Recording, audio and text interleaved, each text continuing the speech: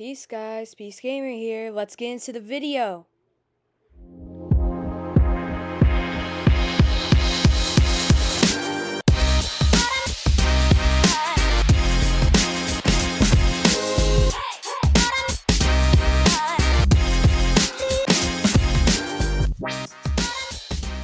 All right, and welcome to another episode of Two Guys, One Level, where you can catch the latest games, the latest news, the latest rumors. I'm your host, Tortuga, accompanied by Pixel.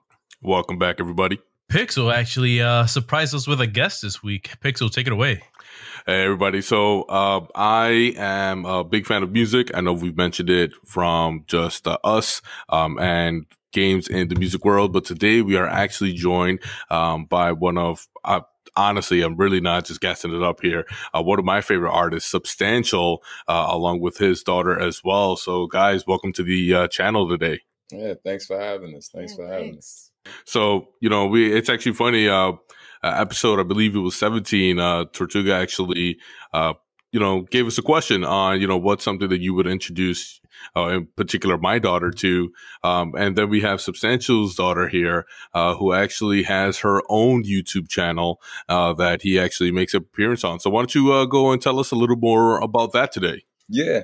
So I'm here with my daughter, Serenity, who goes by Peacegamer Ren. Yeah. And for the longest, she's been talking to my wife and I about her desire to start her own YouTube channel. And so I think right before the pandemic, it was back last year, right? Like December? I feel like it was around December. I think. Yeah. So we have a bunch of friends who are gamers as well. And one guy in particular had a lot of experience with live streaming. And so he came through our office and basically gave us a tutorial on, what we needed to do to start live streaming so we could get our channel up. Yeah. And then my wife had this idea that once she started her channel, like us possibly introducing like a show/series where I would pop up from time to time on the channel. Yeah. And she called it Daddy Jar Game Night. Right. And so it would be we were planning on doing it on YouTube and Twitch, but since I'm starting out on YouTube, we're mostly doing it on there. And so it's a stream where we pick out a random game that I already own, and then we just see how usually we do. one she's way better at than I am, And That's true. Yeah, that's usually how they do. They're always trying to take over. Right. And then I proceed to get mopped up for about an hour, and it's pretty entertaining. So, it's how we usually kind of spend time and bond over the weekend through games or anime and stuff like that. So yeah, that's pretty cool. Yep, and then watching some comic movies. Oh yeah, We can't forget that. plenty of those as well. Yeah, I was actually, when your dad and I were actually talking about it last night. We asked for some links, and actually took a look at it, and she really kind of handed it to you in some Super Smash Brothers that I saw there, man. Oh my God. It's embarrassing, man. Listen, the crazy thing is, so we have two Pro controllers now, but prior to that, she was just using, the Switch controller, the Joy-Cons. And even with drift, the drift is just terrible. And she's still destroying me, bro. That's how I've been playing for a long time. Yeah, even with the handicap, I'm getting mopped up on a regular basis. Well, to be fair, Tortuga does the same thing to me. He usually picks games that he's great at, and then he just so he can mop the floor with me. So I completely understand, man. That's just false. Right. Yeah, don't think I don't remember those Halo days, man. All right, you know what? Let's move on. It's not about me. Right. And we were also taking a look here. What's this about that you sent me? Renane? Is that the name of the game? Oh yeah. So Renane, I thought I sent you the playlist, but I might have just sent you the link for that one game. But yeah, Renane is a game it's a retro style game that was crowdfunded. I want to say about 2 years ago, maybe 3, 2 years ago, we'll say. And I'm friends with the guy who scored it. And he reached out. We met at Anime USA in DC, and you know, I was just hanging out with Asheru, the brother who did the opening song from the Boondocks, and our homie DJ A-Rock. And we were just chopping it up, man, like just, you know, talking about the convention. And then he mentioned doing some music with us. And so he came back out for, what was it? I think, oh my God, what was it? Over at National Harbor. You mean what? Which Magfest? Magfest. Yeah, he came through for Magfest. We hung out some more, and then we started working on me doing a remix for that particular the music from that game. So he just gave me all the session files, all like 20 plus session files, and I just did what I did and added some verses to it, man, and it was a lot of fun. Yeah. Thank you, appreciate it. And the song, yeah. So that's how that came about, and they and that was their second time trying to crowdfund it. The second time around, they knocked it out the park, man. Was able to more than double what they were asking for. Okay, and so it was supposed to come out on the Switch, yeah, but you know, it's been a slow process, but like, you know, excited to see what happens when that finally drops. And so that's yeah, go ahead. I'm sorry. Yeah, no, that's actually very exciting to hear. The Switch, I think, is a fantastic indie platform. So it's definitely great to see about that. On top of that, I know you were also working on something for Cowboy Bebop. So what's going on there? Yeah, so again, shout out to Mason Lieberman, man. You know, he's he was senior game audio manager for Tencent. You know, which is like the biggest. Yeah, we know. Yeah, so, you know, so I mean, I was friends with him before that happened, but needless to say, that's not a bad look, you know. But not at all. Not at all.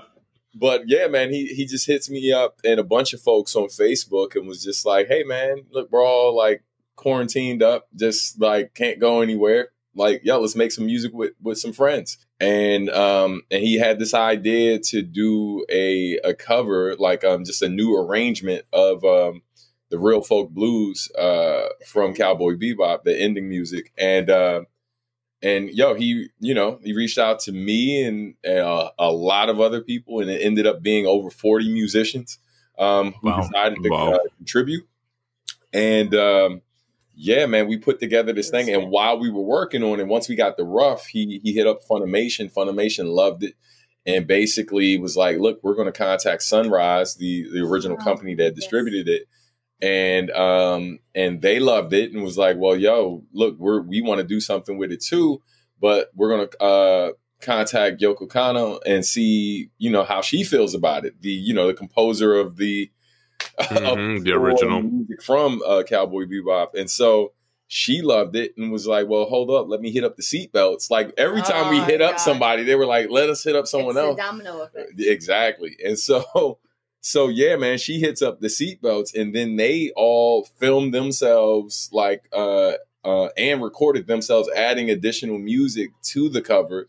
And it just became like the snowball effect was crazy, man, in terms of how big it became, and all of that came together in a month, right? That's what's really insane. Like it was a month worth of work and just back and forth emails from us designing to the homie Dallas designing the cover art, to me consulting because I have a business called Substantial Art and Music where we consult a lot of creative entrepreneurs and stuff. Mm-hmm. So midway through, I was like, look, man, because it's Cowboy Bebop, if we put this on vinyl, bro, like this could sell a lot of units, which would help us raise a lot of money for the cause. Because the goal was to raise money for the CDC and Doctors Without Borders with the COVID-19 crisis. And so, yeah, man, we put it all together. We dropped it back in May. And since then, it's been doing great. Man, it has technically over 1.5 million views on YouTube, 1 million from Funimation, and then Anime Lab, which is like Funimation Australia, has 500,000 views, and then it hit #1 on the rock charts on for Amazon Japan. for digital sales. It hit the Billboard charts. It actually was number 6 on Billboard for world digital sales. And bro, it's been a year, man. That's insane when you think about it. I mean, so you know, like I said, you know, even coming from anime, right? It's just amazing to see, especially Cowboy Bebop being one of the most beloved animes out there. Right. So to be able to take that core, you know, original music and then, you know, remix it, which is definitely something great to see. So I'm glad that worked out. Yeah. And now I know you guys did mention it earlier, but Serenity, do you also watch anime? Yeah. Is that even a right? Yes. All right. I've just watched, like, I don't even know how many animes I watched, but like the first one I had to start off like was, you know, like your average like childhood show, which is like Hello Kitty, and then it got a little bit better. Like I think one of my favorite animes still to this day is like Interstellar 555. 5555. Yeah, that is a fantastic album based on Daft Punk's album. Yeah. Yep. I remember that one. Yep. Yeah, I've been a fan of them for like a while. And she cosplayed as Stella one Halloween. And you know you can't just go buy that out. So yeah. My wife was a fashion major and is a fashion designer, along with doing many other things. But so she literally made the costume from scratch, and then I took cardboard and constructed the guitar and then layered it up so it had weight to it. You know what I mean? Yeah. Like, yeah, it was insane, man. Like my young weed years. Right. Yeah. Well, I mean, even to this day, I mean, I've been watching anime. If you come from our generation, I started with Pokemon. If you really think about it, right? Awesome. Right when that first hit the United States, and you know, my tastes have evolved from there as well. But you know, the way I actually discovered your dad was actually through an anime, right? I'm sure he knows where I'm going with this, but I started watching Samurai Champloo, right? And that's where I discovered, you know, Nujabes, you know, may he rest in peace, Shing, Fat John, and everybody. And it was through Nujabes that I eventually found your dad, and I've personally been listening to him literally like ever since. Even when he just did the DMV song recently, where he just. Oh, you're talking about Proud with Odyssey and Priest and Nomad? Are you talking about that song, or is it different? No, it's the other one. Live from the DMV. That's the one. So, you know, let me tell you, I'm actually having a really hard time. I'm kind of fangirling right now. So your dad does have fans. I just want to throw it out there. Your dad is that cool. Oh, man, I've taken her on tour with me. So she's seen firsthand. Yeah. All right. When I put out, I don't have it here, but the past is always present in the future. She was on the cover. So she was, this was 3 years ago. So she was 9. No, it was 2017. So 2017, right? You were 9. That's the West Coast tour, right? Yeah. So when I took her on tour, and even when I would do conventions, like these anime conventions and things like that, dude, she'd be at the table signing, like, signing covers. Yeah. That's pretty funny. Because when I did go back to like animes after like that one posted, like everyone, like still I've been getting like to sign some of them, and I'm like, oh my god, yeah. When we go back to the cons, that is awesome. Like, now I miss conventions. It's like seeing everyone cosplaying. It's just like, oh, I remember. I see everyone. It's like I know all those animes. Yeah, I'm actually really big into to My Hero Academia right now. Did you see the cover that we did for that one? No. If you got that out there, make sure to link it. We can put it all over. I'm ready, man. You know, like I told you, I'm already a big fan. Yeah, you did a cover for that one too. The You Say Run. Okay, all right. And Serenity. So I know you taking a look at the kind of past history here. Looks like you mainly play on the Switch. Do you play anything else? I mostly play sometimes on my phone, like the new game that's like really popular right now, like on Android and PC, like Among Us, like that game that's been blowing up recently. Like I play that very. I have very mixed feelings about Among Us. I enjoy it. Like it's okay, but I don't really want to mess up any relationships with my friends on it because it's like, how could you? Like they always say that. I'm like, I'm sorry. I hate being imposter. I'd rather be a crewmate. Right. It's annoying, but it's okay. So for those of you who don't know, Tortuga here with us, he's also my cousin, and I don't think we would think twice about just destroying each other in that game. We're very competitive.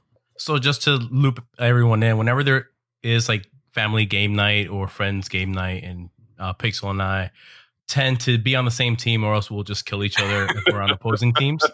But whenever we're not on the same team, for whatever reason, the family, myself included, we just go against everything Pixel. So no matter what, it doesn't matter if you win, you will eventually win internally if Pixel loses. That's the way we play all games when it comes to. So I'm funny, all right? I want to throw this out there. I am funny. And whenever we play Cards Against Humanity as a family, they make it a point to make sure that I don't win. Like, they do everything in their power. I can have the funniest card that has ever been played, and they still will deny me that point. Oh, yep. There's been times where we're like, oh, this looks like something he put down. That's not going to win. And there you go. And now, did you also play like any other games? I know we have, right, Super Smash Brothers, some of the Animal Crossing. Is there anything else that you're playing?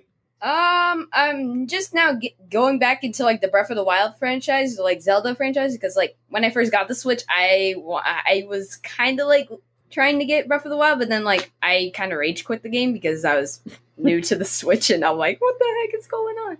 But like I'm trying to go back into like the Hyrule Warriors franchise because I've always liked that one. Okay. Yeah, no, I'm pretty sure it's still being developed by Koei Tecmo and Bandai Namco. They've always been great with that, going back to the Dynasty Warrior series, the Samurai Warrior series. They've done spin-offs with like Dynasty Warriors, and now with the Zelda one as well. I'm a very big Zelda fan. And Tortuga is as well. I'm a little more on the hardcore side. Breath of the Wild was definitely great, but it does have that, I think, that learning curve in there because it is such a massive branch off from the series, the original formula, basically. But definitely give it a shot. It is more like hidden lore. Like the game itself is really short, so it really does make up for it within like the many dungeons, shrines. The shrines, yeah, right. So the shrines make up the majority of like the dungeons, and the side quests will give you more among the lore. So if you do like reading into things like that, it is definitely a great place to start. Yeah, like I was watching like a walkthrough on like the entire like game, and I'm like, so this is why I kind of quit because like I was still like growing up at that time, so I didn't really understand like the complete formula of games. I just played them for fun, so I'm like, oh, this requires strategy. Yeah, I'm out. Yeah, it does. I mean, I still rage quit over the weapon durability, so like don't worry from that aspect because it is definitely something. Again, it just takes time, but it is absolutely a fun game. And we do have the sequel to the Hyrule Warriors coming out, The Age of Calamity. There's a demo out for that. Were you able to get your hands on that? Oh yeah, like in the last the live stream yesterday, I already told like some of my subscribers that I was playing that. So like I was playing it earlier today and yesterday, and I'm like, yes. Yeah, she seems to like it a lot. Yeah. Plus, like the new like character, which is like an egg guardian. Like I like people in the comments of like these other videos keep on calling him like BB-8 2.1. That's relatable. That's funny. Yeah. But yeah, like that game, like the Hyrule Warriors game, I'm playing that. A little bit of Minecraft. Like I'm trying to. It's okay. Like. It's not. It depends on like what platform you play. Minecraft Dungeons. Minecraft Dungeons and just Minecraft in general, because like I want to like play it more on like a computer other than like a console, because it like you get more freedom in the PC because you get like mods and everything. If you do like that, I know Tortuga's already gonna say something because he always has to have a comment, but. I like the concept of Minecraft, but I personally could not get into it. Well, I'm not that creative to begin with. But another alternative that I was able to find was actually No Man's Sky, which has very, very similar, concept where you gather the ingredients, if you will, and then you create your structures. And, they have like pre-built things where you don't have to do it like block by block, but definitely an alternative with, very similar functions of, if you ever seen Elite Dangerous, where you can go like planet to planet and things like that, with a little bit of a story behind it as well. That's cool. I don't think I've ever heard those games before. Yeah, No Man's Sky actually it got a really bad start when it first came out in 2016 because it promised so much and it underdelivered. But they have been continuously working on it. The developer, Hello Games, they did put a lot of work in, all free updates ever since then. And the game is actually really, really fun. Nice. Yeah. Check it out. What's another game that I want to get? Oh, it's a game that we played on the Wii U. Super Mario 3D World, I believe. Yeah. Yeah, that's another game that I'm planning on getting, like, once it, like, release, I think, next year. I think that's when On the they Switch, yeah. Yeah, because it's, like, for the 35th anniversary, I think, for Mario. Oh, yeah, I think I know what you're talking about. Did you, are you guys planning to get the other 3D Marios? It comes with, what is it, Mario 64, Mario Sunshine, and the 3D All-Stars thing? Right, that's the one. Yeah, well, I mean, we might. I think the last time I got one of those anniversary games was when they did a Street Fighter 2 Ultimate Edition for the Switch. Yeah, like 30th anniversary. 30th anniversary. So, but yeah, I mean, I think we're just gonna wait this to get the new one next year. But I mean, we'll see. I hear you. The only thing that I'll probably throw out there for you guys is that this particular game is being released on a limited run. So after March, it won't be available. So yeah. So just to throw it out there, just in case. Now with streaming itself, do you guys live stream, or do you record it and then upload later? Or a combination of both. It's a little bit of both. Like I do like every other week I do like a stream, and then some weeks I just like record it and then like just upload it. That's really what I do. Yeah, that's mostly what I've been going through. It's like 1 week I just do a regular upload, then I do a stream, and then sometimes it's a daddy-daughter game night stream, and then sometimes it's just a regular stream. Yeah, and the daddy-daughter game night streams is it's usually like twice a month at the most and stuff, Yeah. But it's a lot of fun. It's been really cool because a lot of the people who tune in, it's a good mixture of people who already subscribe to her channel mixed with like family and friends, and then some fans of mine and stuff will come check it out. And then sometimes sometimes in some streams I actually put like my friend code in the description, so like people they can actually come like on the Mario Kart. Okay. Stream, that was awesome. Yeah, the Mario Kart stream on my channel, it did really well. Like at least a couple of my subscribers and dad's subscribers. All joined in and stuff. Yeah, that was really awesome. Yeah. Yeah, I don't think I've been good, and I mean really good, at Mario Kart since like the Nintendo 64. Oh wow! I think that was it for me. Yeah. So I had a really good streak. I think when we first got it, I used to play it a lot. Like literally, get off of work, she wouldn't be home from school yet, and like no one was home yet, so I'd get in an hour before everyone walked in the door, and then it was just like I never touched it. Like no, I don't even know that. Right, and so I mean, but like these days, because now because of school and stuff like that, schooling from home, we just try to limit it like Friday through Sunday and stuff. Which is difficult when you're trying to be a competitive gamer as well, because you're really competing against people who like they wake up. Like cereal here. Literally, whenever I play online, I get cooked. Like it's like whenever I just play like with family, it's just like I cook them, but then I get cooked. So and some of our friends, of course, too. But I mean, part of the reason I think I've really started getting her more into gaming was. The funny story is I just came off a tour one year. I think it was like maybe 2015. I just came back from Japan, and then I was supposed to get ready to head out to South by Southwest in Austin, Texas. And I already talked to someone about doing a gig, but South by Southwest is one of those things where you end up coming out of pocket a lot of times just to get there and all of that. And so, you know, I just got paid from the stuff I did overseas, and I'm just, you know, and I'm looking at the kids, and I'm looking at her, and I'm just like, you know what? Let's go to the store. So we go to Best Buy, and while we're at Best Buy, I had a quick business call real quick. So as we walk in, I tell her, I'm like, all right, the game right here. You can set up, play the game, see how you like it, and then let me know what you think, right? And so I'm standing behind her pretty much the whole time, just watching, you know, doing this call, like 15 minutes or so, while she's literally giving all of these kids the business. Like, the good old days. And it's like, I don't know how many kids, man, maybe like 5 or 6 kids there. And she's the youngest. She's not even the oldest kid there. And it was embarrassing, man. Like, I feel bad for these kids and their parents. Like, yo, you're failing them. You're failing your children. Come get them. This is bad. Yeah. And so after watching that, I was like, yeah, I just on the fly, I just bought the Wii U. Like, we already had a Wii, but I had been considering upgrading. And that was part of the reason why I went there. I was going to check it out, see what the price was like, and see what we could get. And after watching that, I was like, yep, go ahead, pack it up. And then I proceeded to South by Southwest, the folks I knew down there. I was like, yeah, I ain't coming. Boy. And we just basically played video games all weekend, you know? And yeah, so, like this is before I was even like on YouTube. Like, so I didn't know anything about the game.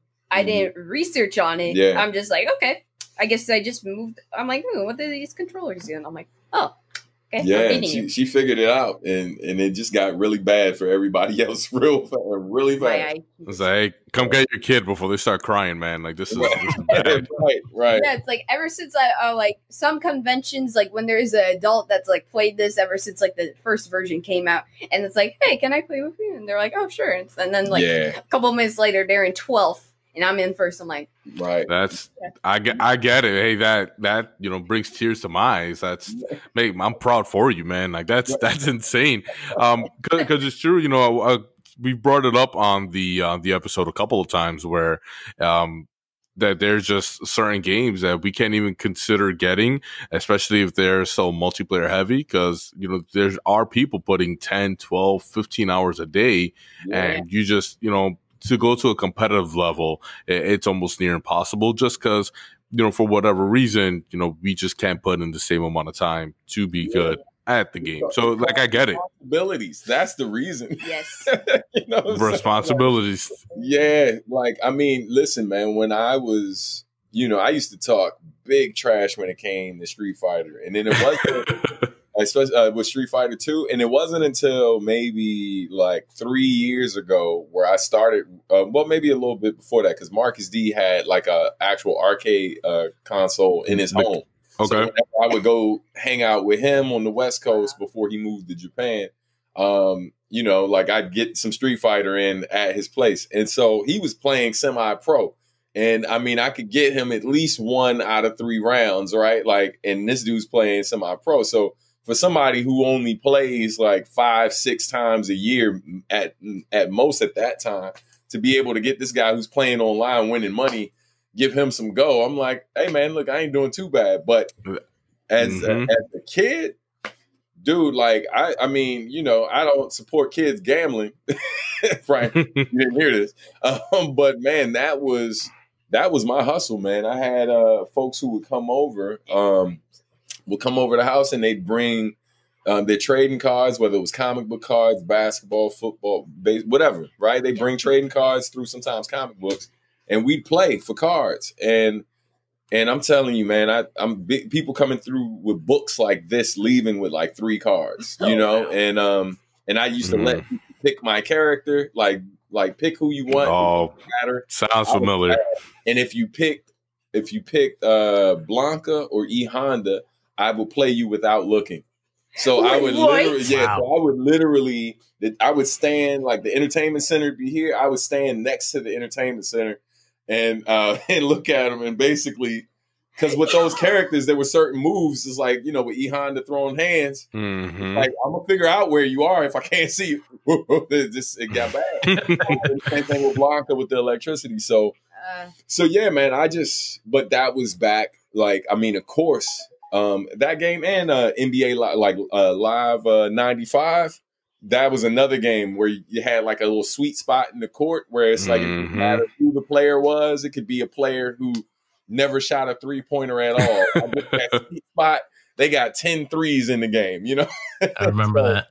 Yeah, man. But, yeah, man, I definitely, it's tough because it's like, you know, I'm a full-time musician. I'm a business owner and stuff. And the only time like I really get time to play games now was like with my kid, unless I neglect some responsibilities and then go play a game. Right. Yeah. And so whenever like you play Street Fighter nowadays, it's like probably just like Ryu or like Chun-Li. Yeah. And that's why he hits me with the legs like oh yeah. Get that footwork. That's the one game that he can probably beat me in all like 24/7. Yeah, but Street Fighter is that's a game where I definitely hustled some people out of their laundry money back in the day. I feel you, man. I'm definitely right there with you. Right. Now with everything that's going on, I know you did mention like Twitch and everything. PC is definitely the way to go. I don't know how you're doing it now with a particular capture card on the Switch, but what are your I would say streaming goals moving forward? Honestly, I haven't really put that much thought into that, but like mostly just trying to get like really good quality videos, like trying to make sure there's like no like glitches or anything. That's why I'm glad we got like the Elgato, like what's his? I think it's like the Elgato. Yeah, the capture card. Yeah. Yeah. Yeah. Like the first capture card we got was recommended by one of my friends, and like I was like, oh, but like okay. Yeah, and it's funny. Like I said, we had a person come through to consult, and he gave us the list that we needed. But then, you know, like when she started saving up some money to kind of put, you know, purchase certain things, one of her friends had recommended something for her, and it was cheaper. So like she was just kind of trying to do it on her own. And sure enough, we get the thing, it didn't work. And so like, and then we did some research and we saw the Elgato, and then I refer back to the list that the guy sent us, and I was like, yep, that's what he said to get. Okay. So, and so, yeah, and we just basically just, you know, just kind of went from there to get everything. But yeah, I mean, definitely, the great thing about what she's doing is more than anything, she's just kind of more concerned with the quality than she is, you know. I mean, of course, who doesn't want subscribers and lots of activity and stuff on the channel? But overall, she's just seems really interested in just figuring out how to make it better, like every time we do it. That's a very important quality to have. Yeah, like if the game is not popular and it's not getting like a lot of views on like people's like videos, I'm like, yeah, I'm not gonna do it. Right. Like that's what, like this one game that I thought was kind of popular at the time, because I like the people that I was subscribed to were just like posting it nonstop. So I'm like, okay, let me try it. Yeah. And then I did, and then I checked. That was Ninjala, right? Ninjala. Yeah, I still play to this day. It's just like it's comfort. Yeah. It's not better than Splatoon though.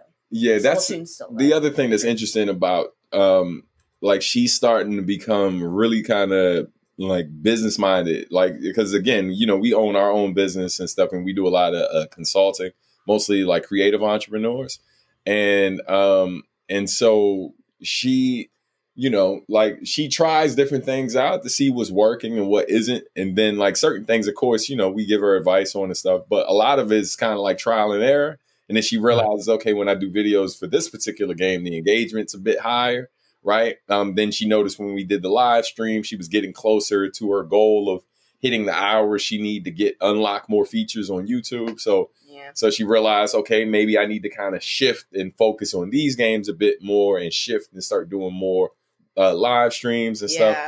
So it's great to see how she's figuring it out, right? Like she's having fun, but she's also like very like she has a business mind at the same time. So it's kind of great to see, you know. We'll go ahead and take credit for that. But like literally like a couple weeks ago, like after I posted like a stream, like literally like one of my friends just emailed me. It's like, hey, my little my younger sibling's starting a YouTube She's channel. Consulting now. Literally. Oh, all right. That's what's I've really gotten crazy. like 4 emails like from like one of my adults, like not just adults. Wow. My friends. No, I'm saying kids and adults have been reaching out.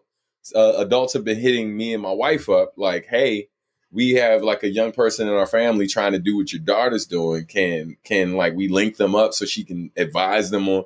And then like, you know, one time like a family friend hit us up and I was just like, give me your email. I'm gonna have my daughter email you. Wow. It runs in the family. Right. So I told her, I was like, you're learning the family business already, you know? Like, yes, I can finally put my little tie on. Right, get your tie and ready, right? It's like, yes. Yeah. No, but that's great because, you know, on top of just making the content, you know, networking is also a big part of everything. Yeah. So to get a handle on that, plus the business aspect as well, it's all beneficial. I mean, that way you're doing something that you enjoy, but on top of that, expanding your horizons from that aspect. Yeah. So I get it, man. Anything you guys wanted to, you know, talk about? Any future projects or anything along those lines? Let you go first. Honestly, nothing really. I mean, she's 12. She's like, whatever the day brings. Whatever the day brings. That's fair enough. You know, and of course, we definitely got to put in this. I got to throw it in here for you guys. But you also have Artistry, the podcast yourself. Artistry, yeah. Artistry is it's a podcast with my wife and I through our business, Substantial Art and Music, where we just talk to full-time creative entrepreneurs. So, you know, we just recently we interviewed Shingo too, you know, good friend, and earlier this year, we interviewed Verbal from M-Flow, my man Kokai, Grammy-nominated artist, Adrian Jones, award-winning professor from Pratt Institute, and just and Mason Lieberman as well from Tencent. And so tomorrow's episode is featuring Marcus D. And then I think we got Funky DL coming up as well. And nice. And so we're already gearing up for next season. But the main thing, the reason why we do it, you know, it's less. I mean, it's of course we're interviewing. Like we have like a T-shirt. This is my friends are dope. Like right, and we mainly talk to like people we know or have relationships with. To just kind of remind people about the importance of tapping into your network. Like a lot of times people are actively trying to reach out to people they don't necessarily know well. And we recognize that we're blessed too, that, you know, not everyone has the type of network we have, but understand like our network didn't start this way. These are people who like we've known, like, for example, a good friend of mine, Naturel, who had his own line of Pumas some years ago. He's an extremely successful artist, but I've known him since he was 10, right? Like we go back to like, he was a kid, like trying to rap with my nephew, you know what I mean? And so, you know, but like maintaining relationships and growing together, when you get opportunities, passing it to people in your network and vice versa, and figuring out how you can come up together. Right. And so that's kind of what the podcast was birthed out of, and really having these conversations with people to talk about their journey and how they got to where they got, and try to find like gems in there to kind of pass on to other creatives who may not be looking at the world this way, right? Or understanding that this one path that you think you have to take to get to where you're trying to be, that's not necessarily the only option you have there. And so all of these people we talk to have really unique journeys, like Tabassum Siddiqui, who we interviewed, who's a fashion designer who makes sustainable fashion. I mean, her talking about, you know, being a Muslim woman and doing modest fashion, and talking about living in other countries and working for companies where she's the only female out of a company that has nearly 100 employees, right? Like, and just these different experiences, and trying to find your voice and your truth and your path to success in situations that sometimes are not necessarily the easiest to kind of grow in. And so, yeah, man, it's been a lot of fun. It's definitely a passion project. As you guys know, podcasts are it's tough to do, especially when it's not necessarily lucrative out the gate, right? It's just you got to do it because you enjoy doing it, and right now that's what it is, man. We love it. We made some investments to get the equipment we needed, and and it's been, dude, we've been having a ball doing it, and the people who are familiar with it, the feedback we've gotten has been tremendous. You know what I mean? Like, we didn't foresee it being, like, we knew it could be something special, but the response that we got, like, people, man, it's been really inspirational to the few people who've heard it. And that's what we were going for. So, it's a blessing, man. Like, we're excited, All right. Well, I'm definitely glad to hear that. All of that obviously will be linked in the description. We'll also be tweeting that out.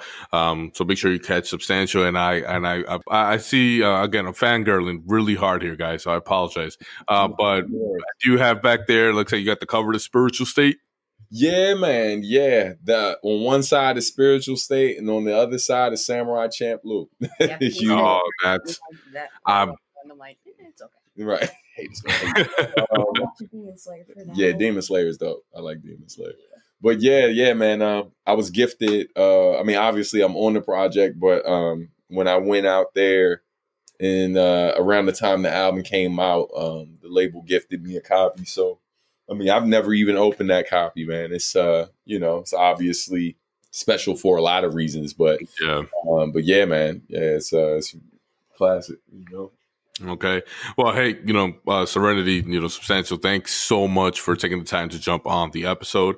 Tortuga and I are going to just go about regular episode. You guys are more than welcome to stay. Or if you want to drop off, however you prefer, we're just going to go over some gaming news, opinions, and things like that. So you just let us know. Yeah, we actually got to get ready to go because we got to hop on another family call. But, man, It's been a pleasure, dude. We had a lot of fun, Thanks. All right, no, the pleasure, honestly, was ours. If you ever want to jump back on, whatever you want, just set us up. More than happy to have you guys. All right? Yeah, definitely, man. Thanks again. Y'all have awesome.